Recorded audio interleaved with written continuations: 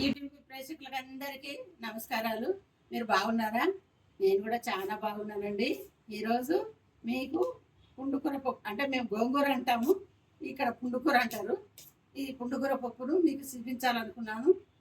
నేను చేసే విధానం వేరు, మీరు అందరూ చేసుకుంటారు, నా విధానం వేరు, అందుకే చూపిస్తున్నాను. ఇక 2 టమాటాలు, దానికి కావాల్సిన పదార్థాలు: పుండుకూర, పచ్చిమిరపకాయలు, 1 గ్లాసు బ్యాళ్ళు వేస్తాను.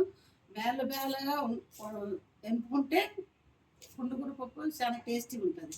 మరీ మెత్త ఉడికినాక ఎంపుకున్నారనుకో అది బంక అయిపోతాయి. ఈ పుండుకూర కూడా అంతే, శుభ్రంగా 2 సార్లు కడుక్కొని కొంచెం గాలిలో ఆరేసుకోండి. ఇట్లా ఫ్యాన్ గాలిలో ఆరేసుకోండి, ఆరుతుంది.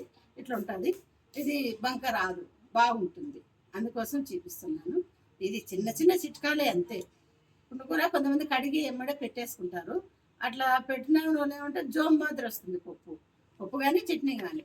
ఇట్లా కడిగి నీట్గా కొంచెం ఇట్లా ఆరేసుకున్నారు అనుకోండి, ఇదో పొడి ఉంది కదా, బంక రాదు, జిగురు రాదు, బంక ఉండదు, బాగుంటుంది. ఈ పుండుకూర ఒలుచుకోవడం కూడా ఇట్లా తలకాయలు ఒలుచుకోండి.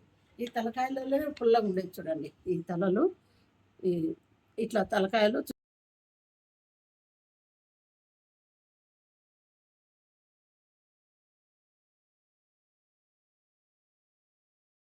చూడండి. దీనికి 1 గ్లాసు చూడండి, ఇట్లా 2 సార్లు శుభ్రంగా బ్యాళ్ళు కడుక్కోండి. 1 గ్లాస్ పోసినాను నేను, బ్యాళ్ళు ఎక్కువ వేయలేదు. దీనికి మిరపకాయలు ఒకసారి ఆల్రెడీ కడుక్కున్నాను, మళ్ళీ 2వ సారి, ఎందుకంటే మందులు పెట్టింటారు కదా.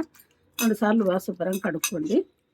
ఇన్ని మిరపకాయలు ఎందుకు ఇస్తున్నా అంటే పులుపు ఉండడం లేదు, పులుపు అంట కారం లేవు మిరపకాయలు, అందుకోసం వేసినాను.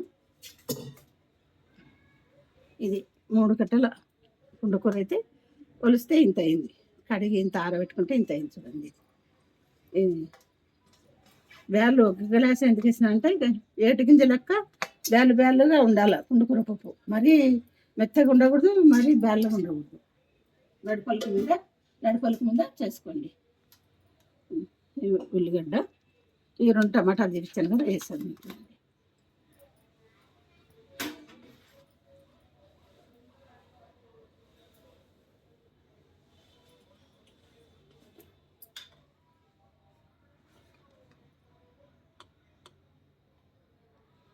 ఫస్ట్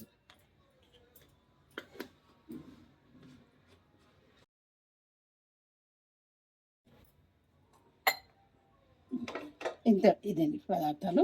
చూడండి, 3 విజిల్లు పెట్టుకొని ఎంచుకోండి. మరి ముద్ద చేస్తామనుకున్నానండి. రాగి ముద్దలోకి పుండుకూర పప్పు కానీ కొరబు కానీ చాలా బాగుంటుంది.